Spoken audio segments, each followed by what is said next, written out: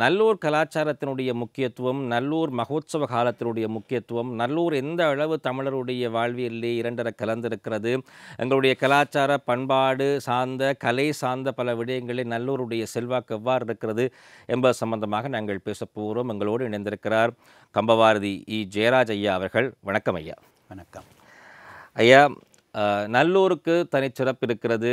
வேறு எந்த ஆலயங்களுக்கும் இல்லாத ஒரு தனிச்சிறப்பு நல்லூருக்கு இருக்கிறது. இப்பொழுதெல்லாம் பார்த்தால் சர்வதேச ரீதியாகவே நல்லூருக்கு தனிச்சிறப்பு வந்துவிட்டது. அண்மையிலெல்லாம் இந்தியாவிலே எல்லோருமே பேசுகிறார்கள், நல்லூருடைய சிறப்பை காணொளி மூலமாக வெளிப்படுத்தி பேசுகிறார்கள். அந்த அளவு ஒரு செல்வாக்கு நிறைந்த ஒரு ஆலயமாக இந்த ஆலயம் மலர்ந்திருக்கிறது. தமிழ் மக்கள் மத்தியிலே எந்த அளவு செல்வாக்கு செலுத்துகிறது? கந்தபுராண கலாசாரம்தான் யாழ்ப்பாணத்தினுடைய கலாசாரம் என்று நம்முடைய அறிஞர் பெருமக்கள் பல பேர் பேசியிருக்கிறார்கள்.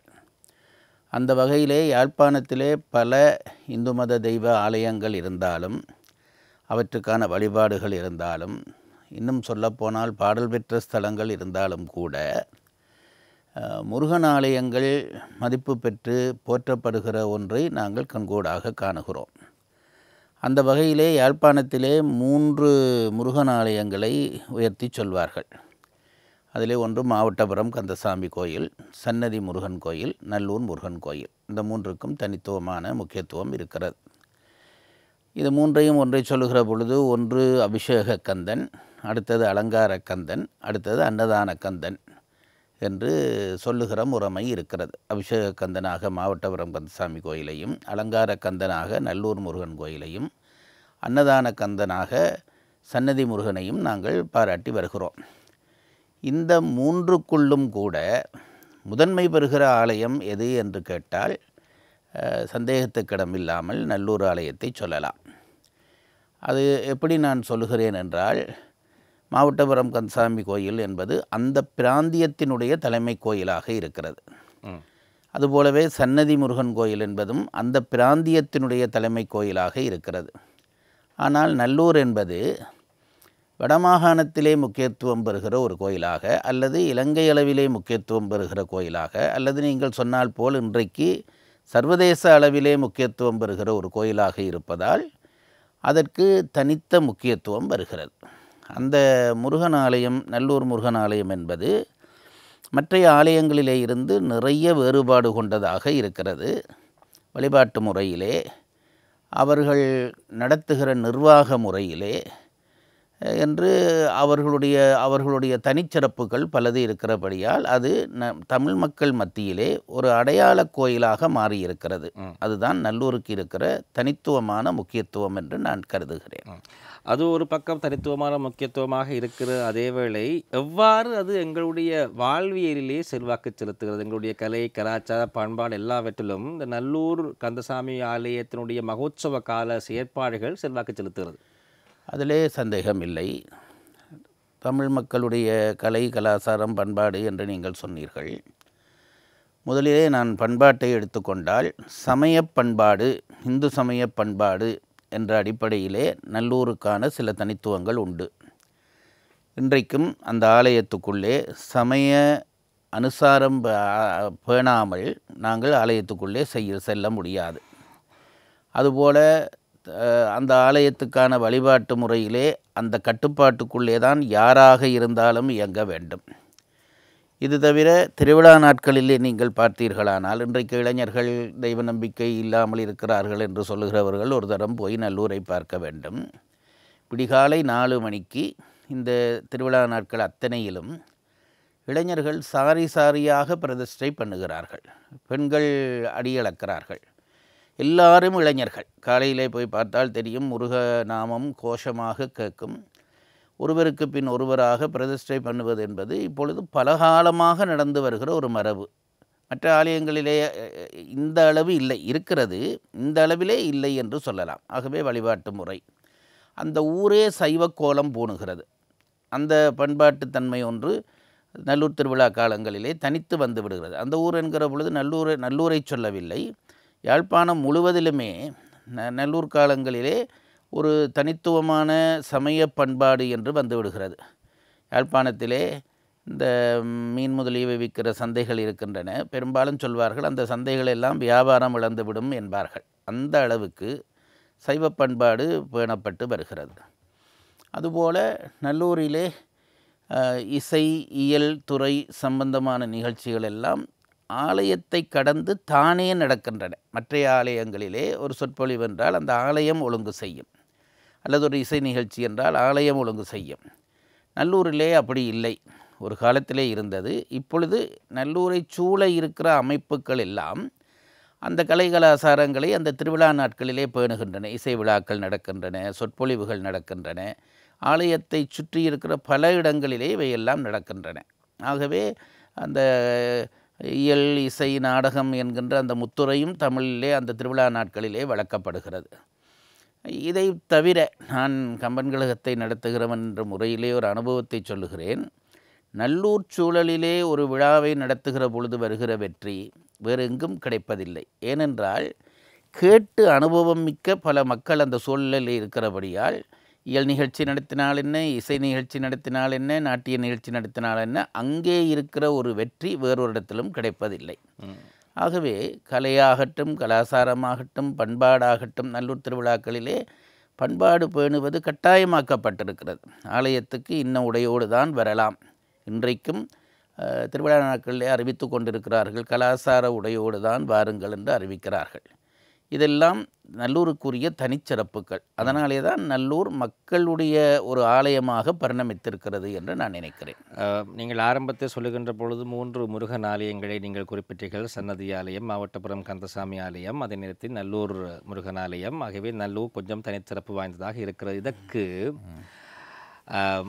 ஆலயத்தினுடைய சிறப்பை தாண்டி ஆலயத்தினுடைய அமைவிடம் காரணமாக இருக்கிறது என்று நாங்கள் சொல்லலாமா? ஏனென்றால் நீங்கள் சொன்னது போல் இந்த பெண்கள் அடி அளப்பதாக இருந்தால் அங்கே பிரச்சனை செய்வதாக இருந்த நாங்கள் அதற்கான ஒரு வசதி, வெளிவீதி வசதி நல்லூரிலே மிக விலாசமாக இருப்பதன் காரணமாக அனைத்தையும் நடைமுறைப்படுத்துவதற்கான ஒரு களம் அந்த இடத்திலே இருக்கிறது. நீங்கள் சொன்ன அதே வசதி மற்ற ஆலயங்களுக்கு அமைந்திருந்தால் அந்த ஆலயங்களும் இவ்வாறான ஒரு வெளிப்பாடுகளை கொண்டு வந்திருக்கலாமோ என்ற ஒரு எண்ணப்பாங்கும் வருகிறது. இந்த கேள்விக்கு பதில் சொல்வதானால் கோழியிலிருந்து முட்டை வந்ததா, முட்டையிலிருந்து கோழி வந்ததா என்பது போலத்தான் சொல்ல வேண்டும். நல்லூரினுடைய அந்த கலாச்சார பேணலினாலே நல்லூர் விரிந்ததா, அல்லது நல்லூர் விரிந்ததாலே அத்தகைய ஒரு கலாச்சாரம் பேணப்படுகிறதா என்றால் இரண்டும் அதற்குள்ளே இருந்திருக்கிறது. நாங்கள் இளைஞர்களாக இருந்த காலத்திலே இன்றைக்கு இருப்பது போல் நல்லூர் வீதி இருக்கவில்லை. தீர்த்தக்கேணிக்கும் அருமுசாமி வாசலுக்கும் நடுவிலே பஸ் போய் வந்து கொண்டிருந்தது. இப்பொழுதெல்லாம் சுற்றி கட்டின பிறகு இடையிலே அதெல்லாம் எடுக்கப்பட்டது. கொஞ்சம் கொஞ்சமாக அந்த ஆலயத்தை பழைய ஆலயத்தினுடைய தர்மகர்த்தா குமாரதாச மாப்பான முதலியார் அவர்கள் கொஞ்சம் கொஞ்சமாக விரிவித்தார். திடீரென இப்படி அமைந்த பிறகு இந்த வழிபாடு வந்ததென்று இல்லை. அவர் காலத்திலே அவர் செய்த ஒரு பெரிய விஷயம், கட்டிடங்களை வளர்ப்பதற்கு பதிலாக வெளிகளை வளர்த்தார். உண்மையிலே நம்முடைய சமய முறையிலே சிதம்பரத்துக்கு போனால் வெளியைத்தான் அங்கே முக்கியப்படுத்துகிறார். ஆகாய தலம் என்று அதற்கு பெயர். வெளி விரிகிற பொழுது ஒரு ஆலயத்துக்குரிய தனித்துவம் வருகிறது. அது தானாக அமையவில்லை. அவர் காலத்திலே சுற்றி இருந்த கட்டிடங்களை எல்லாம் தங்கள் ஆலயத்துக்கு இருந்த காணிகளை கொடுத்து அதுகளை எல்லாம் நீக்கினார். அதுபோல இந்த வீதியை ஒரு எல்லைக்குள்ளே கொண்டு வந்தார். இப்படிப்பட்ட பல காரியங்கள் நடந்த காரணத்தினால் இந்த சிறப்பு வந்ததா, அல்லது இந்த சிறப்பு வந்ததால் இந்த பல காரியங்களையும் செய்ய முடிந்ததா என்ற கேள்விக்கு யாராலும் சரியான பதில் சொல்ல முடியாது. உண்மையான ஒரு கருத்து. இன்னும் ஒரு விடயம் இருக்கிறது ஐயா. இப்பொழுது நீங்கள் கொழும்பிலும் பல ஆலய நிர்வாகத்தை நீங்கள் பார்த்திருப்பீர்கள். பல ஆலயங்களிலே இவ்வாறான மகோத்சவ காலங்களிலே பல வழிபாடு முறைகள் எல்லாம் இடம்பெற்று கொண்டு வருகிறது. யாழ்ப்பாணத்தில் நல்லூரை தாண்டி யாழ்ப்பாண சமூகத்தினுடைய ஆலய வழிபாட்டு முறைகள், ஆலய ஒழுங்கமைப்பு முறைகள், நிர்வாக முறைகளையும் நீங்கள் பார்த்திருப்பீர்கள். நீங்கள் பார்க்கின்ற மிகப்பெரிய வேறுபாடுகள் என்ன? எல்லாமே ஆலயம்தான். ஆலயங்கள் தான். யாழ்ப்பாணத்திலே எந்த ஆலயமாக இருந்தாலும், நல்லூர் என்று தான் என்று இல்லை, எந்த ஆலயமாக இருந்தாலும் ஒரு திருவிழா காலமாகட்டும் அல்லது வழிபாட்டு காலமாகட்டும் அந்த காலங்களிலே சமய அறிவும் வளர்க்கப்பட்டது, சமய ஞானமும் வளர்க்கப்பட்டது. அதோடு தமிழினுடைய கலை வடிவங்கள் வளர்க்கப்பட்டன. இதற்கூடாகத்தான் பக்தியும் வளர்க்கப்பட்டது. இங்கே நான் பார்த்த அளவிலே கொழும்பிலே பக்தி வளர்க்கப்படுகிறதே தவிர அதற்கூடாக வருகிற மற்றைய விஷயங்கள், நான் உதாரணத்துக்கு சொல்வேன், 95ஆம் ஆண்டுகளுக்கு முன்பு நான் அங்கே இருந்த பொழுது, இந்த போர்க்காலத்திலே யாழ்ப்பாணத்திலே ஒரு சொற்பொழிவாளரை தீர்மானித்து விட்டுத்தான் குருக்களையே தீர்மானிப்பார்கள். அந்த அளவுக்கு கோயிலிலே ஒரு சமய பிரசங்கம் என்பது கட்டாயமானதாக இருந்தது. அதனாலே வந்த லாபம் என்னவென்றால், கோயிலுக்கு வருகிறவர்கள் சமய உண்மைகளையும் தெரிந்து கொண்டு போனார்கள். இப்போ நாங்கள் எல்லாம் பேச்சாளர்களாக வந்தோம் என்றால் திடீரென்று எல்லாம் படித்துவிட்டு வரவில்லை. கோயில்களுக்கு போன பொழுது எத்தனையோ சொற்பொழிவுகள் நம் காதிலே விழுந்து விழுந்து விழுந்து தான் நம்மை அது செதுக்கி எடுத்தன. இங்கே இன்றைக்கு அந்த தன்மையே இல்லை. கோயிலுக்கு வருகிறார்கள், வழிபாட்டிலே ஈடுபடுகிறார்கள், உடனே போய்விடுகிறார்கள். கோயிலிலே ஒரு சமய சொற்பொழிவு நிகழ்த்துவதோ அல்லது சமய விஷயங்களை வளர்த்தெடுப்பதோ என்பது இங்கே மிக குறைவு. ஒரு பிரதிஷ்டையை பார்ப்பது மிக அருமையாக இருக்கிறது. ஆகவே சமய வழிபாடு என்பதை இங்கே எல்லைப்படுத்தி விட்டார்கள். அதற்கு பல காரணங்கள் சொல்கிறார்கள். இது நேரமின்மை என்று ஒன்று இருக்கிறது, எல்லாராலும் அங்கே மெனக்கெடுவது போல மெனக்கெட முடிவதில்லை, இப்படி என்னமோ சொல்லி கொண்டிருக்கிறார். ஆனால் இன்றும் அது அங்கே நடந்து கொண்டு இருக்கிறது.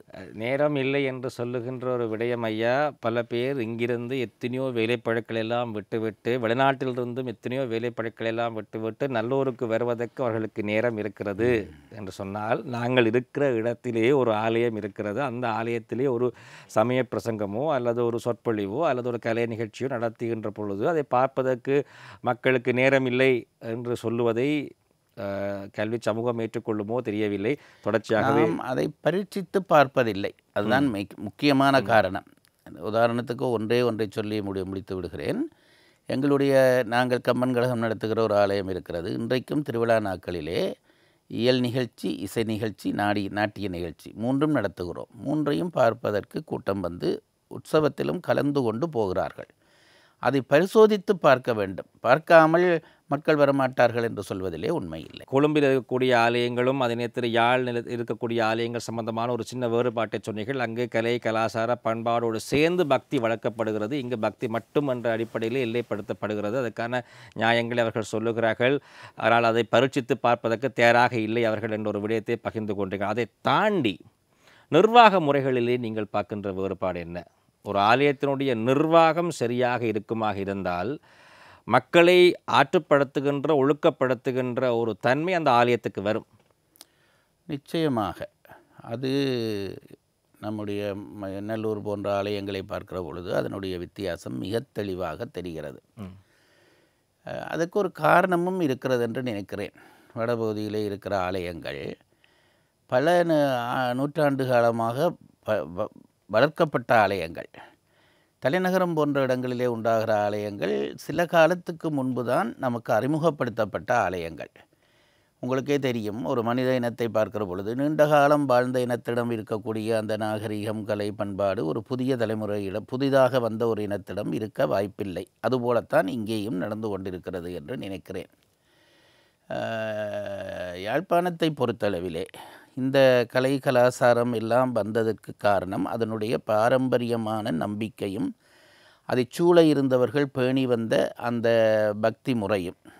இன்றைக்கு இங்கே புதிதாக வந்தவர்கள் தான் நாங்கள் வாழ்ந்து கொண்டிருக்கிறோம். ஒரு ஒருமைப்பட்ட இனமாக நாங்கள் இங்கே இல்லை. ஒரு தலைநகரத்து கோயிலை சுற்றிருந்தால் யாராவது வேறொரு ஊரிலே இருந்து வந்தவர்கள், இது என் ஊர் என்கின்ற உணர்வு குறைந்தவர்கள் தான் இங்கே இருக்கிறார்கள். அதனாலே தான் இங்குள்ள வழிபாட்டு முறைகளிலே அந்த வேறுபாடு தெரிகிறது. அங்கே திருவிழா என்றால் அல்லது ஊர் என்றால் இது என் ஊர், என் கோயில் என்று இருக்கும். பழைய காலத்திலே யாழ்ப்பாணத்திலே ஒரு கோயிலே ஒரு குருக்கள் என்றால் அவர் ஆயுள் காலம் முழுவதும் அந்த கோயில் குருக்களாகத்தான் இருப்பார். இங்கே என்ன நடக்கிறது என்று கேட்டால் பொருளுக்கு முக்கியத்துவம் கொடுக்க ஆரம்பித்து விட்டார்கள். அதனாலே எதையும் சமரசம் செய்து கொண்டு போக நிர்வாகிகளும் தயாராக இருக்கிறார்கள். அதுதான் பெரிய பிரச்சனை. அங்கே அந்த சமரசம் நடவாது. இப்படித்தான் நடக்க வேண்டும் என்றால், அதுவும் நல்லூர் போன்ற கோயில் ஆலயங்களிலே அந்த சமரசம் என்ற பேச்சுக்கே இடமில்லை. தீர்மானிக்கப்படுகிற விஷயத்தை ஒத்துப்போக வேண்டும். பெரிய பொருள் சம்பாதிக்கலாம் ஆலயத்தை வைத்து என்று அந்தணர்களில் இருந்து யாரும் எதிர்பார்க்க முடியாது. இப்படித்தான் சூழ்நிலை இருந்தது, இன்றைக்கும் இருக்கிறது. பொருள் என்று வந்துவிட்டால் எல்லாமே போய்விடும் என்பது நமக்கு தெரிந்த ஒன்றுதான். அந்த அடிப்படையிலே தான் இங்குள்ள ஆலயங்களிலே அந்த தன்மைகள் குறைந்து கொண்டு வருவதும், தனியே பொருள் நோக்கின செயற்பாடுகளினுடைய விரிவு கூடுவதும், அந்த ஆலயங்களிலே பக்தி நோக்கின செயல்பாடுகள் விரிந்து போவதற்குமான காரணம் இதுவாகத்தான் இருக்கும் என்று நினைக்கிறேன். அது ஒரு பொருள் நோக்கியதான ஒரு சமூகம் உருவாக்கப்படுகின்ற பொழுது, ஆலய கலாச்சாரம் உருவாக்கப்படுகின்ற பொழுது, அங்கு நாங்கள் அதிகமாக எதிர்பார்ப்பதற்கு ஒன்றும் இல்லாமல் தான் இருக்கும். அது யதார்த்தமான ஒரு சூழ்நிலை, எங்கள் நாட்டில் இருக்கக்கூடிய சூழ்நிலை. இன்னும் ஒரு விடயம், நல்லூர் கந்தசாமி கோவில் என்று சொன்னால் முருகன் என்றால் அழகு. நல்லூர் முருகனுக்கு அலங்கார கந்தன், அந்த அழகை பார்ப்பதற்கு 1000 கண்கள் தேவை என்று சொல்வார். கோடிக்கணக்கான கண்கள் தேவை அந்த அழகை பார்ப்பதற்கு, அந்த திருமேனியை பார்ப்பதற்கு. அது மட்டுமல்ல, நல்லூர் ஆலயத்தில் இருக்கக்கூடிய அனைத்துமே அழகாக இருக்கிறது. முருகன் மட்டுமா அழகு என்று கேட்டால், அங்கு பூஜை செய்கின்ற சிவாச்சாரியர்களும் அழகாக இருக்கிறார். அழகு என்பது அவருடைய அந்த திருமேனி, அவர்கள் எவ்வாறு தங்களை அலங்கரித்திருக்கிறார்கள், எவ்வாறு தங்களை பாவனைப்படுத்தி இருக்கிறார்கள், அங்கு வருகின்ற மக்கள், அங்கு இருக்கக்கூடிய அனைத்து விடயமே அழகாக இருக்கிறது. அது எப்படி? அதற்கு காரணம் அந்த ஆலயத்தினுடைய தர்மகர்த்தாக்கள் என்று தான் நான் சொல்வேன். நல்லூரிலே தலைமுறையாக ஒரு குடும்பம் அந்த கோயில் நிர்வாகத்தை நடத்தி வருகிறது. அப்படி நடத்தி வருகிறவர்கள் எனக்கு தெரிந்து இன்றைக்கு இருக்கக்கூடிய எஜமானுக்கு முதல் எஜமான் வரை காலம் வரை எனக்கு தெரியும். அதற்கு முன்பும் சில சிறப்புகள் இருந்ததாக நான் கேள்விப்பட்டிருக்கிறேன். எங்களுக்கு தெரிந்த அந்த இதற்கு முன்பு இருந்த மறைந்து விட்டவராகிய அந்த குமாரதாச மாப்பான முதலியார் ஆலயத்துக்குள்ளேயே தன்னை கரைத்து கொண்டார். அந்த அளவுக்கு வேறு ஆலயங்களிலே அந்த ஆலய எஜமானர்கள் இருந்ததாக எனக்கு தெரியவில்லை. அவர் நன்றாக படித்தவர். ஆலய பொறுப்பேற்ற பிறகு ஆலயச் சூழலிலே வந்து அமர்ந்து விட்டார். விடிகாலையிலே கோயிலுக்கு வருவார். கோயில் பூட்டுகிற பொழுதுதான் போவார். ஒரு மூலையிலே உட்கார்ந்து தான் ஒரு எஜமான் என்கின்ற அந்த அடையாளத்தை யாருக்கும் காட்ட மாட்டார். ஒரு நூல் வேட்டி, அவருடைய உடலிலே ஒரு தங்க நகை இருக்காது. ஒரு பழைய குடை, இதனோடு தான் வருவார். வந்து ஒரு மூலையிலே உட்கார்ந்திருப்பார். அவருடைய கண் பார்வையிலே நிர்வாகம் நடக்கும். ஒருவருடனும் அவர் சத்தம் போட்டு பேசியதை கூட நான் பார்த்ததில்லை. எனக்கு அவரோட பழக்கம் இருந்தபடியால் ஒரு முறை நான் அவரிடம் கேட்டேன். அவர் யாழ்ப்பாணத்திலே நடக்கிற நெருக்கமானவர்களுடைய ஒரு வீட்டு விசேஷங்களுக்கு கூட அவர் போவதில்லை. இன்னும் சொல்லப்போனால் எங்களுடைய கம்பன் கோட்டம் நல்லூர் கோயில் தந்த ஒரு காணியிலே தான் கட்டப்பட்டிருக்கிறது. குத்தகைக்கு கொடுத்தார்கள். அந்த காணியிலே கட்டடம் கட்டி நாங்கள் எத்தனையோ நிகழ்ச்சிகளை நடத்தி இருக்கிறோம். அந்த கட்டடம் கட்டி முடிக்கப்பட்ட பிறகு எத்தனையோ பேர் அந்த கட்டிடத்தை வந்து பார்த்திருக்கிறார்கள். இன்று வரை அந்த நல்லூர் எஜமானுடைய கால் எங்கள் கட்டிடத்துக்குள்ளே படவில்லை. இது தான் தந்த காணி என்று அவர் வந்ததும் இல்லை, பார்த்ததும் இல்லை. இது அவருடைய இயல்பு. அவர் ஒரு முறை நான் அவரிடம் கேட்டிருக்கிறேன். தனிப்பட்ட ரீதியிலே எப்பயாவது பேசுவார். அப்பொழுது நான் கேட்டிருக்கிறேன், நீங்கள் ஏன் இந்த ஊர் விசேஷங்களிலே கலந்து கொள்வதில்லை என்று கேட்டபோது அவர் சொன்ன பதில் என்னை வியப்பில் ஆழ்த்தியது. அவர் என்ன சொன்னார் என்றால், ஊர் விசேடங்களுக்கு நான் போகத் தொடங்கினால் அந்த உறவு பற்றி ஆலயத்துக்குள்ளே பல பேர் சலுகைகள் எதிர்பார்ப்பார்கள். நான் போனால் அந்த சலுகைகள் வழங்க வேண்டி வரும். ஆகவே தனித்தே இருந்து விட்டால் ஆலயம் நடுநிலைமையாக நடக்கும் என்று அவர் சொன்ன பதில் என்னை ஆச்சரியப்படுத்தியது. அப்படி அவர்களால் தான் அந்த ஆலயத்தினுடைய தனித்துவம் பேணப்பட்டது, இன்று இருக்கிற எஜமான் உட்பட. அது மட்டும் இல்லாமல் அவர்கள் அந்த அழகுணர்ச்சியிலே அவர்கள் மிக அக்கறை கொண்டவர்களாக இருந்தார்கள். நல்லூரிலே உங்களுக்கு தெரியும், நல்லூர் கோயிலிலே ஒரு விசேஷம் நடக்கிறது என்றால் அடுத்தடுத்த மாதங்களிலே யாழ்ப்பாணம் முழுவதும் அது நடக்கும். நல்லூரிலே தேர்முட்டி கட்டினார்கள், புதிய பாணியிலே கட்டினார்கள். அதற்கு பிறகு அந்த பாணியிலே யாழ்ப்பாணம் முழு ஆலயங்களிலும் தேர்முட்டி கட்டப்பட்டது. வில்லு மண்டபம் என்று முன் மண்டபம் என்று நல்லூரிலே தான் முதல் போட்டார்கள். அதுக்கு பிறகு எல்லாரும் அதே போல் போட்டுக்கொண்டார்கள். சுவாமிக்கு அலங்காரம் பண்ணுவது அப்படியாக இருக்கும். ஒரு நாதசுரக்காரர் யாழ்ப்பாணத்திலே நல்லூரிலே வாசித்தால் அடுத்த முறை அவரே எல்லா இடமும் பிரசித்தமாவார். ஒரு அந்தனர் நல்லூரிலே பிரசித்தமானால் எல்லா இடமும் பிரசித்தமாவார். இப்படி அதை ஆக்கியதனுடைய பெருமை அந்த கோயில் எஜமானர்களுக்கு தான் உரியது. அழகுணர்ச்சியிலே அவர்கள் மிக உயர்ந்த இன்றைக்கும் நான் கேள்விப்பட்டிருக்கிறேன். நல்லூர் முருகனுடைய அழகை ரசிக்காதவர்கள் இல்லை. அந்த முருகனுக்கு அலங்காரம் செய்கிற பொழுது எஜமானர்களும் நின்றுதான் அந்த அலங்காரத்தை செய்விக்கிறார்கள். அந்த அலங்காரத்தை திட்டமிடுவதும் அவர்கள்தான் என்று கேள்விப்பட்டிருக்கிறேன். இன்றைக்கு வந்திருக்கக்கூடிய சயந்தன் முதலியார் அவர் ஒரு ஆர்க்கிடெக்ட். அதனாலே அவர் வருகைக்கு பின்பு இன்னும் ஆலயத்தினுடைய அலங்காரத்தன்மை அதிகரித்து கொண்டே போகிறது. புது புது முறைகளை கொண்டு வருகிறார். இதெல்லாம் ஆச்சரியப்படத்தக்க விஷயங்கள் தான். அவர்களுடைய அந்த குடும்பத்தினருடைய அல்லது அந்த சந்ததியினருடைய அந்த அழகுணர்ச்சியும் அந்த ஈர்ப்பும் தான் நல்லூர் மேல் படிந்து இந்த அளவுக்கு நல்லூரை வளர்த்தெடுத்திருக்கிறது என்று நான் கருதுகிறேன். உண்மை. நீங்கள் சொல்வது முற்றிலும் உண்மை. காரணம் என்னவென்று சொன்னால், அந்த மாப்பான முதலியாருடைய அந்த பரம்பரை அவர்கள் கொண்டு வருகின்ற ஒவ்வொரு நடைமுறையும் அழகு சார்ந்ததாகவே இருக்கிறது. அது புதிய நடைமுறைகளே சில வழிகளிலே பல பேர் விமர்சிக்கலாம் எந்தெந்த ஆலயங்களிலும். ஆனால் இந்த ஆலயங்களை விமர்சிப்பதில்லை. காரணம் என்றால் இவையெல்லாம் பக்தியை கூட்டுவதற்கான ஒரு அழகாகத்தான் இருக்கிறது. விமர்சிக்கப்பட்டால் கூட அவர்கள் அது பற்றி கவலைப்பட மாட்டார்கள். சரியான ஒன்றை தேர்ந்தெடுத்து அதன் வழியிலே நடந்து கொண்டு இருக்கிறார்கள். அது அவர்களுக்கு இருக்கிற ஆளுமையினுடைய அடையாளம். இன்னும் ஒரு விடயம் நாங்கள் கேட்க வேண்டும். நல்லூர் ஆலயம் பொதுவாகவே எல்லாவற்றுக்கும் சிறப்பு. ஆனால் ஒரு சில பேர் விமர்சனத்துக்கும் ஒவ்வொரு சில பேருடைய விமர்சனத்துக்கும் நல்லூர் ஆலயம் வந்து கொண்டுதான் இருக்கிறது. நல்லை நகர் ஆறுமுக நாவலர் பிறந்திடலையில் சொல்லு தமிழெங்கே சுருதி எங்கே என்று பாடின பாடல்கள் எங்களுக்கு ஞாபகம் இருக்கிறது. அந்த அளவு நாவலர் பெருமானால் நல்லூரிலே யாழ்ப்பாணத்திலே சமயமும் தமிழும் தழைத்தோங்கியது என்று சொன்னால் அது இரண்டாம் கருத்துக்கு இடமே இல்லை. ஆனால் அப்படிப்பட்ட ஒரு ஆறுமுக நாவலரே ஆகம முறைப்படி இந்த ஆலயம் அமையவில்லையே ஒன்று ஒரு கருத்தையும் முன்வைத்திருந்திருக்கிறார். அதை தாண்டி அவரை சார்ந்தவர்கள் பல பேரும் அதே ஒரு கருத்தையும் முன்வைத்தும் இருக்கிறார்கள். சமயவாதிகளிலே 2 வகையானவர்கள் இருக்கிறார்கள். ஒன்று அறிவுத்துறை சார்ந்து சிந்திப்பவர்கள், மற்றவர்கள் உணர்வு சார்ந்து சிந்திப்பவர்கள். இந்த 2 பேருக்கும் நம்முடைய சமயம் இடம் கொடுக்கிறது. அதை நாம் மறந்து போய்விடக்கூடாது. அருமநாவலரை போன்ற ஒரு அறிஞர் தமிழ் யாழ்ப்பாண தமிழர்களுக்கு கிடைத்தது என்பது நாம் செய்த வரம். அவர் பேரறிஞர். அவர் படித்திருந்த படிப்பை நாம் நினைத்தும் பார்க்க முடியாது.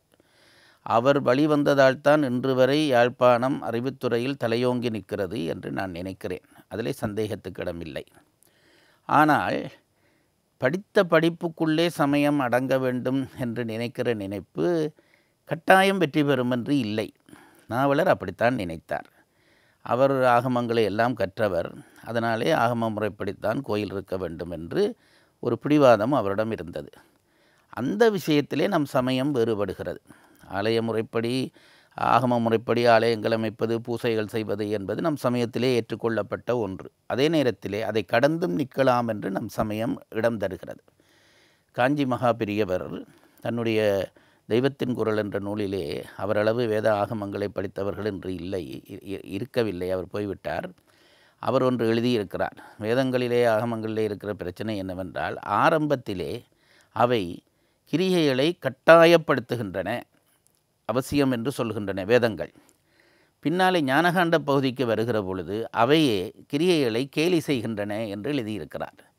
அதாவது 1ஆம் வகுப்பு மாணவன் படிக்கிற பொழுது நாளையும் 3ஐயும் கையிலே எடுத்து கூட்டு, கடன் வாங்கி கூட்டு என்றெல்லாம் படிக்கிறோம் அல்லவா? அது அவன் அளவிலே சரி. அவனே ஒரு PhD மாணவனாக மேல்நிலைக்கு வருகிற பொழுது கையிலே எடுத்து கூட்டினால் அதே நமக்கு சிரிப்பாக இருக்கிறது. ஆகவே பருவ வேறுபாட்டுக்கு ஏற்ப இந்த வழிபாட்டு முறை மாறுபடும். ஆகவே எல்லாருக்கும் ஒரு பருவம் என்று நான் சொல்வது வயதை சொல்லவில்லை, ஆன்ம பக்குவத்தை சொல்லுகிறேன். ஆன்ம பக்குவத்துக்கு ஏற்ப வழிபாட்டு முறைகள் மாறுபடும். அது தப்பில்லை.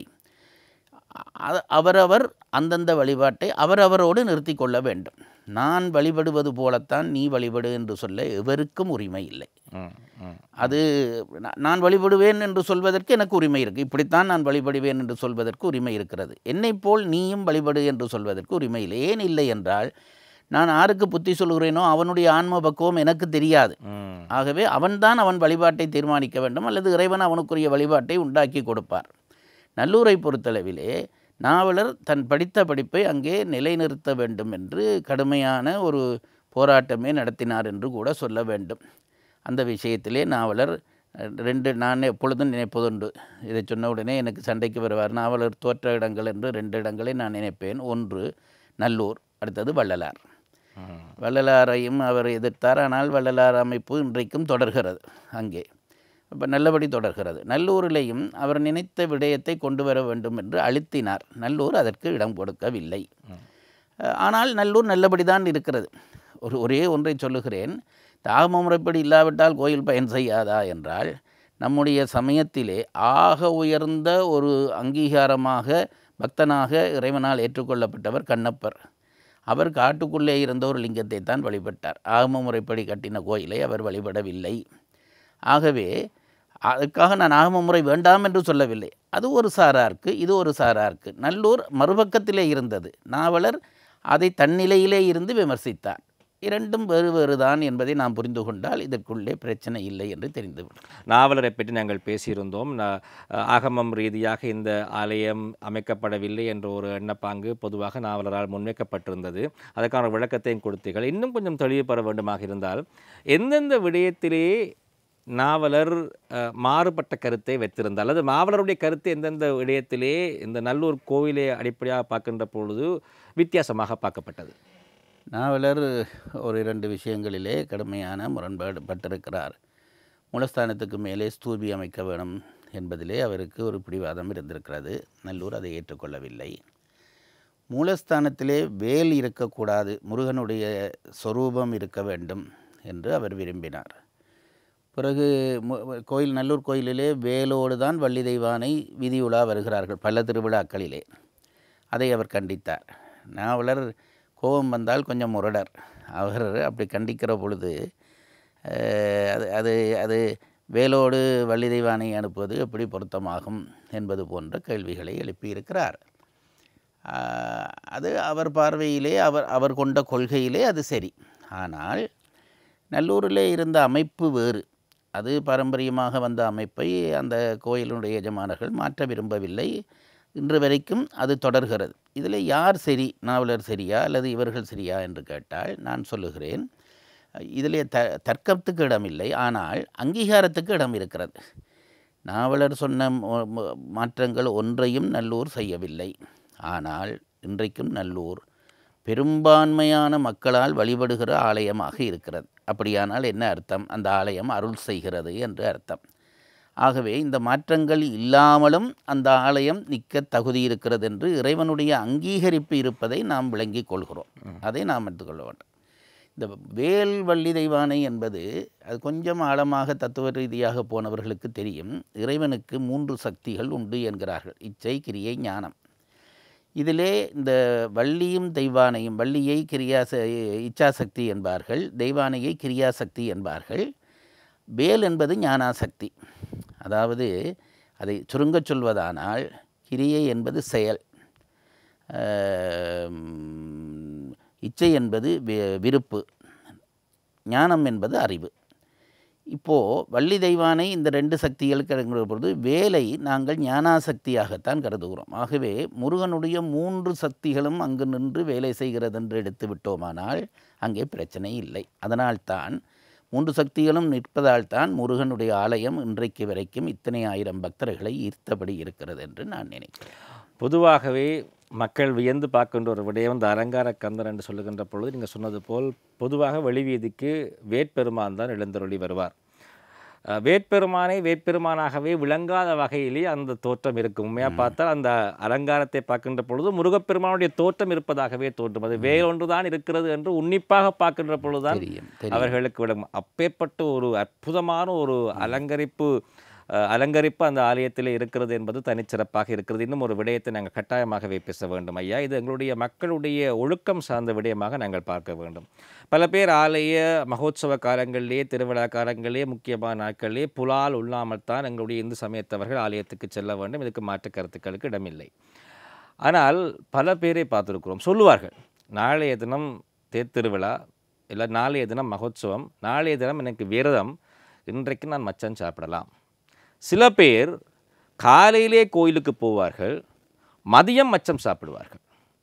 சில பேர், இது இன்னும் ஒரு கேள்வி, ஆலயத்துக்குள்ளே மச்சம் சாப்பிட்டு கொண்டே செல்கிறார்கள். இது எங்கள் மதத்தவர்களாக இருப்பதற்கு பெரும்பாலும் வாய்ப்பு குறைவு. ஆனால் ஆலயத்துக்குள்ளே மச்சம் சாப்பிட்டு செல்பவர்களாகவும் இருக்கிறார்கள். சீலம், நோன்பு என்ற 2ஓடு தான் ஆண்டவனிடம் அடைய வேண்டும் என்பது நம் பெரியவர்கள் கட்டளை. மாணிக்க வாசகர் சீலமின்றி நோன்பின்றி செறிவேயின்றி அறிவின்றி என்று பாடுகிறார். சீலத்தோடு போக வேண்டும், நோன்போடு போக வேண்டும். நேரா நோன்பு சீராகாது என்று பழமொழிகள் எல்லாம் வைத்திருக்கிறார்கள். இந்த சீலத்தோடு போவது என்பது சில பெரியவர்கள் வகுத்த ஒழுக்கங்களை கடைப்பிடிப்பது. அதிலே ஒன்று தான் ஆலயத்துக்கான ஒழுக்கங்களிலே ஒன்று மச்ச மாமிசம் முதலியவற்றை உண்ணாமல் செல்வது. அதிலே கூட என்னவென்று கேட்டால், அதற்கு காரணம் என்னவென்று கேட்டால், இன்னொரு உயிரை வருத்திவிட்டு நான் ஆண்டவனிடம் போய் எனக்கு கருணை செய் என்று கேட்கிற உரிமை எனக்கு இருக்காது. அதை நாம் புரிந்து கொள்ள வேண்டும். அதனால்தான் இந்த மச்ச மாமிசத்தை எதிர்த்தார்கள். இன்னொரு உயிரை வருத்தி என்னுடைய இச்சைக்காக வருத்தி விட்டு என்னை இன்னொருவன் வருத்துகிறான் எனக்கு அருள் செய் என்று எப்படி போய் கேட்பது? அதிலே ஒரு நீதி இல்லை அல்லவா? ஆகவேதான் அந்த தன்மையை நம்முடைய பெரியவர்கள் கண்டித்தார்கள். ஆனால் சொல்லப்படுகிற எல்லா தர்மங்களையும் எல்லாரும் பேண முடியும் என்று நாம் வலியுறுத்தி சொல்ல முடியாது. சில பேராலே அது முடியாது. அது படிப்படியாக அந்த உயர்நிலை எய்தப்பட வேண்டும். அதனாலே தான் நீங்கள் சொன்னீர்கள், இப்போ சில பேர் மச்சம் சாப்பிட்டு விட்டு 2ஆம் நாள் கோயிலுக்கு போகிறார்கள் என்றால் அது பிழை, எப்போதும் பிழை.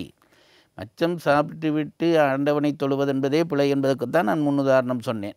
என்னை வருத்துகிறார் ஒருவர் என்று இன்னொருவரை வருத்தி விட்டு நான் ஆண்டவனிடம் போய் சொல்ல முடியாது. இது ஒன்று. ஆனால் திடீரென உயர்நிலையை ஒருவர் அடைய முடியாது, படிப்படியாகத்தான் அடைய முடியும். அதனாலே தான் இப்போது கோயிலுக்கு போவதுக்கு முதல் நாள் சாப்பிட்டுட்டு அடுத்த நாள் சாப்பிடாமல் போகிறார்கள் என்றால் அவர்கள் என்ன ஒத்துக்கொள்கிறார்கள் என்றால் மச்சம் சாப்பிடுவது பிழை என்பதை அவர்கள் ஒத்துக்கொள்கிறார்கள். அதனால்தான் அன்றைக்காவது விடுகிறார்கள். இது மெல்ல மெல்ல வளரும். எப்பொழுது நான் ஒரு குற்றம் செய்கிறேன் என்ற உணர்வு வந்துவிட்டதோ கொஞ்சம் கொஞ்சமாக அதிலிருந்து நான் விடுபடுவேன்.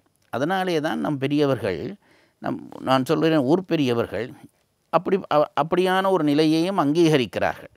ஆனால் அது சரியான பாதை அல்ல, சரி நோக்கிய பாதை என்று நாங்கள் ஏற்றுக்கொள்ளலாம். முற்று முழுதாக இவற்றை எல்லாம் விட்டுவிட்டு செல்வதுதான் உயர்நிலை. அது முடியாத பட்சத்திலே அது நோக்கி நகர்வதாவது ஓரளவு சரியாக கொள்ளப்படும் என்றபடியால் நம்முடைய சமயத்திலே அதற்கு இடம் கொடுத்திருக்கிறார்கள். நீங்கள் ஆரம்பத்திலே சொல்லுகின்ற பொழுது ஒவ்வொருவருடைய ஆன்ம நெறி வித்தியாசமாக இருக்கும் என்று நீங்கள் ஒரு கருத்தை முன்வைத்தீர்கள். இப்பொழுது கண்ணுக்கு முன்னாலே எங்களுக்கு தெரியாது, ஒரு சுற்றுலாக்கு செல்லுகிறார்கள் அல்லது நல்ல ஒரு ஆலயத்துக்கே சுற்றுலா செல்கிறார்கள். அதுவும் ஒரு வளமையாகத்தான் இருக்கிறது. நல்ல ஒரு ஆலயத்துக்கு ஒரு சுற்றுலா செல்லுகிறார்கள். செல்லுகின்ற பொழுது வீதியில் இருக்கக்கூடிய மாமிசங்கள், வீதியில் கடைகளில் இறங்கி மாமிசங்கள் எல்லாவற்றையும் சாப்பிட்டுத்தான் செல்லுகிறார்கள். அது சில எங்களுடைய சமயத்தவர்களும் அதிலே ஈடுபட்டு கொண்டும் இருப்பார்கள் சில வழிகளில். அப்படிப்பட்டவர்களை பார்க்கின்ற பொழுது மற்றவர்கள் இந்த மாதிரி ஆலயத்துக்கு செல்லுகின்ற பொழுது புலால் உண்ணாமத்தான் செல்லணும், இந்த ஆலயத்துக்கு இவர் செல்வதனால் ஒரு களங்கம் ஏற்படுகிறது என்று பக்கத்திலே இருப்பவருக்கு தெரிகிறது என்றால் அந்த பக்கத்தில் இருக்கவர் என்ன செய்ய முடியும்? ஏனென்றால் காரணம் என்ன, எங்களுக்கு முன்னாலே ஒரு பிழை நடக்கிறது, ஒரு ஆலயம் எங்களுடைய ஆலயத்திலே இப்படி நடக்கிறது என்று வருகின்ற பொழுது நாங்கள் என்ன செய்யலாம்? இதிலே 2 சொல்வேன். முதலிலே நாம் சுத்தமாக இருக்க வேண்டும். நாம் சுத்தமாக இல்லாமல் இன்னொருவருக்கு அதை சொல்ல முடியாது. நான் எப்பொழுதும் சொல்வேன், நீ மச்சம் சாப்பிட்டு விட்டு கும்பிடாமல் இரு, அது உன் இஷ்டம், உன் தனி. கோயில் என்பது பல பேர் ஒன்று கூடுகிற இடம். அதிலே உன்னுடைய ஆசாரத்தாலே மற்றவர்களுக்கு இடைஞ்சல் ஏற்படக்கூடாது. ஆகவே பல பேர் கூடுகிற திருவிழா போன்ற நாட்களிலே இத்தகைய செயல்களை செய்துவிட்டு கோயில்களுக்கு போவதென்பது அங்குள்ளவர்களுக்கு இடைஞ்சல். 100 பேர் சேர்ந்து கடைப்பிடிக்கிற ஒரு ஒழுக்கத்தை ஒரு 10 பேர் சேர்ந்து அதை இழுக்காக்கக்கூடாது. இதற்கு எந்த சமயத்திலும் இடமில்லை. நீங்கள் எந்த சமயத்தை எடுத்தாலும் அவர்கள் ஒரு கட்டுப்பாடு வைத்து பேணினால் அதை மீறி உள்ளே ஒருவர் நுழைய முடியாது. ஆகவே அப்படி நுழைவதென்பது தவறு. பல பேரும் கூடி வழிபடுகிற இடத்திலே அப்படி நுழைவதென்பது தவறு. உன் தனி வழிபாட்டை நீ அப்படி அமைத்து கொள்ளலாம். ஆலயம் போன்ற பொது இடங்களிலே, அதுவும் நல்லூர் போன்ற இடங்களிலே இத்தனை ஆயிரம் பேர் கூடுகிற பொழுது எல்லாரும் பேணுகிற கலாச்சாரத்தோடு நாம் ஒத்துத்தான் போக வேண்டும். நல்லூருக்கு ஒரு தனி சிறப்பு இருக்கிறது, உலகறிந்த ஒரு சிறப்பு. யாருக்கும் தலை சாய்க்காது நல்லூர். தனக்கு என்ன வழிவகை இருக்கிறதோ, எந்த விதிமுறை இருக்கிறதோ அதன் அடிப்படையிலே எப்பொழுதும் இருக்கும்.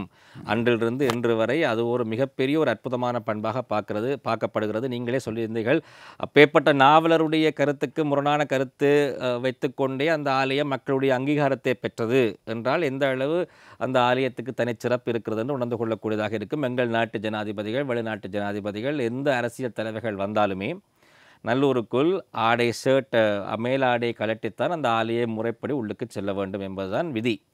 ஆனால் அண்மையிலே ஒரு சர்ச்சை ஒன்று ஏற்பட்டது. வத்திக்கானிலிருந்து ஒரு பாதிரியார் வந்திருந்தார். அதே நேரத்தில் எங்கள் நாட்டிலிருந்தும் ஒரு பாதிரியார் வந்திருந்தார். 2 பேரும் அவர்கள் தங்களுடைய அந்த ஆடையோடையே, சமய ஆடையோடையே ஆலயத்துக்குள்ளே செல்ல அனுமதித்தது பல பேராலும் விமர்சனத்துக்கு உள்ளான விடயமாக இருந்தது. அது சம்பந்தமாக என்ன சொல்ல விரும்புகிறீர்கள்? இந்த சர்ச்சைகள் பற்றி நானும் அறிந்திருக்கிறேன். இதிலே நான் முழுமையாக பதில் சொல்வதிலே சில சிரமம் இருக்கிறது. ஏனென்றால் நீங்களே சொன்னீர்கள், அந்த ஆலயத்தினுடைய கட்டுப்பாடுகள் பற்றி சொன்னீர்கள். எந்த பெரிய தலைவருக்கும் கூட அதை விட்டு கொடுப்பதில்லை. அதை பேணியவர்கள் அந்த ஆலயத்தினுடைய தர்மகர்த்தாக்கள். அவர்கள் இத்தகையவர்களை போக விட்டார்கள் என்றால் அதற்கான நியாயம் என்ன என்று அவர்களைத்தான் நாங்கள் கேட்க வேண்டும். என்றால் யாருக்கும் விட்டு கொடுக்காதவர்கள் விட்டு கொடுத்தார்கள் என்றால் அதற்கு பின்னாலே ஏதாவது நியாயம் இருந்திருக்கலாம். நான் இருந்திருக்கும் என்று சொல்லவில்லை, இருந்திருக்கலாம். அது பற்றி அவர்களைத்தான் கேட்டறிய வேண்டும். நான் அதற்கு பதில் சொல்ல முடியாது. ஒன்று. இன்னொன்று, எங்களுடைய ஆலய மரபை பொறுத்தளவு, சைவ ஆலய மரபை பொறுத்தளவிலே ஆலயத்தில் செய்யப்படாத குற்றங்கள் என்று ஆகமங்கள் சில குற்றங்களை வகுக்கின்றன.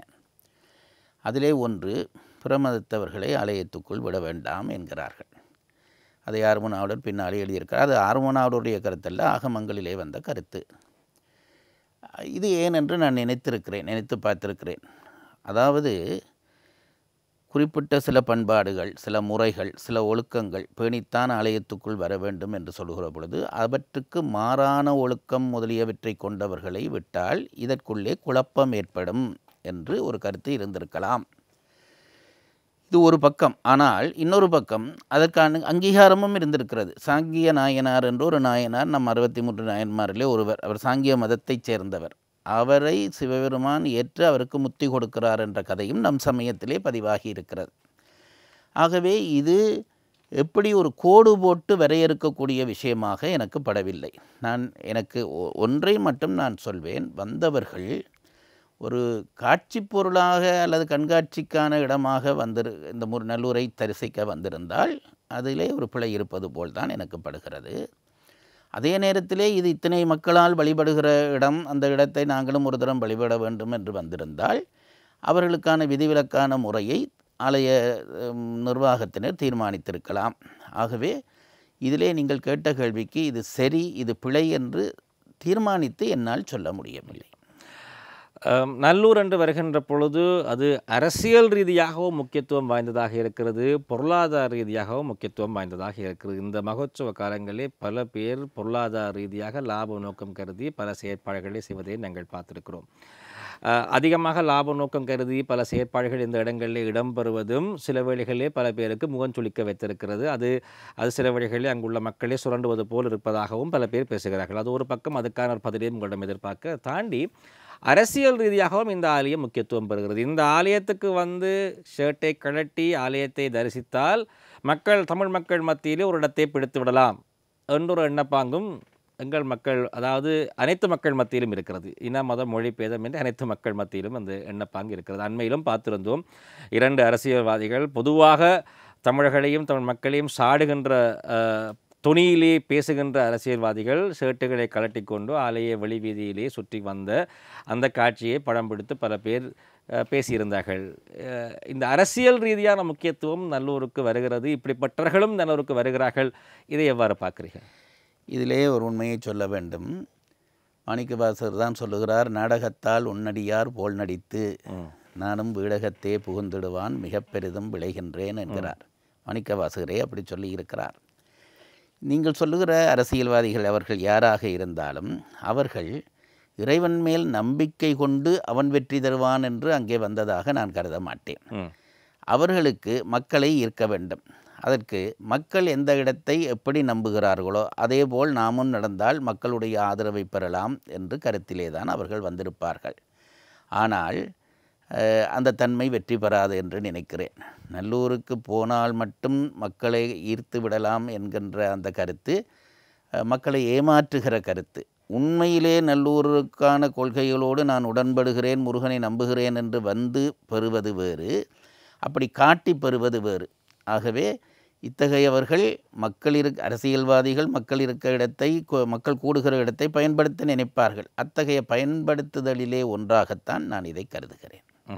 அதே நேரத்திலே இந்த ஆலயம் பொருளாதார ரீதியாகவும் அதிக செல்வாக்கு நிறைந்த ஒரு ஆலயமாக அமைக்கப்பட்டிருக்கிறது, அமைந்திருக்கிறது. இப்பொழுது அது அமைந்திருக்கிறது என்பதுதான் சரி, அமைக்கப்பட்டிருக்கிறது என்பது பிழை. ஏனென்றால் இன்றைக்கு மற்ற ஆலயங்களிலே ஒரு அர்ச்சனை செய்வதானால் 100 ரூபாயாவது டிக்கெட் எடுக்க வேண்டும். எனக்கு தெரிந்த காலம் தொடக்கம் நல்லூரிலே ஒரு அர்ச்சனைக்கு இன்றைக்கு வரைக்கும் அர்ச்சனை செய்வதனால் 1 ரூபாய் டிக்கெட் தான். இன்றைக்கு 1 ரூபா பயன்பாடு இழந்து கொண்டிருக்கிற நேரத்திலேயும் 1 ரூபா டிக்கெட் தான். நீங்கள் 10 ரூபாய் கொடுத்தால் 10 டிக்கெட் தருவார்கள். இப்படித்தான் நல்லூர் பொருளாதார ரீதியிலே தன்னை தானாக வளர்த்து கொள்ள முயல்கிறது இல்லை. இன்று வரையும் நல்லூர் கோயிலினுடைய கட்டுமானத்துக்கென்றோ அல்லது கிரியலுக்கென்றோ யாரிடம் யாராவது நிதி சேகரித்தார்கள் என்று பேச்சுக்கே இடமில்லை. விரும்பி கொடுக்கிறார்கள், அதை பயன்படுத்துகிறார்கள் என்று நினைக்கிறேன். அந்த அடியார்கள் ஆலயத்துக்குள்ளே போடுகிற அந்த உண்டியல் பணம், இந்த அர்ச்சனை பணம் தான் நல்லூரினுடைய அடிப்படை பணம். ஆகவே ஒரு ஒரு ஒரு பொருளாதார சுரண்டலை நல்லூர் செய்கிறதென்றோ அல்லது அதனாலே தான் நல்லூர் வளர்கிறதென்றோ மற்ற எல்லா ஆலயங்களிலும் இது உண்டு. இன்றைக்கும் பூவரசம் இலையிலே வைத்துத்தான் விபூதி கொடுக்கிறார். வெற்றிலையை வைத்தால் கூட அதற்கு பணம் கொடுக்க வேண்டும் என்பதற்காக மிக எளிமையாக அந்த வழிபாட்டை நடத்த சொல்லிக் கொடுத்திருக்கிறார்கள். அந்த நல்லூரினுடைய தலைவர்களும் எஜமானர்களும் அதை கடைப்பிடித்திருக்கிறார்கள். எனக்கு தெரிய போர்க்காலங்களிலே போராளி குழுக்கள் சில நல்லூர் எஜமானை கேட்டதாக நான் கேள்விப்பட்டிருக்கிறேன், உண்டியல் பணங்களை எடுத்து தாருங்கள் என்று. அவர் அதை மறுத்து விட்டார். நானாக தரமாட்டேன், நீங்களாக எடுத்து போனால் மறக்க மாட்டேன். ஏனென்று கேட்ட பொழுது, இது முருகனுக்கு மக்கள் கொடுப்பது, நான் அதை உங்களுக்கு தர முடியாது. அதுக்கு அவர்கள் கேட்டதாகவும் நான் கேள்விப்பட்டிருக்கிறேன். இப்போ 1 ரூபா டிக்கெட் வைத்திருக்கிறீர்கள், 5 ரூபா டிக்கெட் ஆக்குங்கள், எல்லாரும் அர்ச்சனை பண்ணுவார்கள், அந்த மிகுதி பணத்தை எங்களுக்கு தாருங்கள். அதுக்கு அவர் சொன்ன பதில், என்றோ காலாகாலமாக பரம்பரையாக அர்ச்சனை பண்ணி வருகிற ஒருவன் இன்றைக்கு 5 ரூபாய் இல்லாமல் அர்ச்சனை பண்ணாமல் விடக்கூடாது, அதனால்தான் அந்த நிலையை வைத்திருக்கிறேன், அதிலேயும் நான் மாற்றம் செய்ய மாட்டேன் என்று சொல்லி அவர் அந்த காலத்திலேயும் உறுதியாக நின்றதாக கேள்விப்பட்டிருக்கிறேன். இது நல்லூருக்கு இருக்கிற தனிச்சிறப்பு. பொருளை அவர்கள் வருவிக்கவில்லை, அது வந்தது, அதனாலே கோயில் வளர்ந்தது.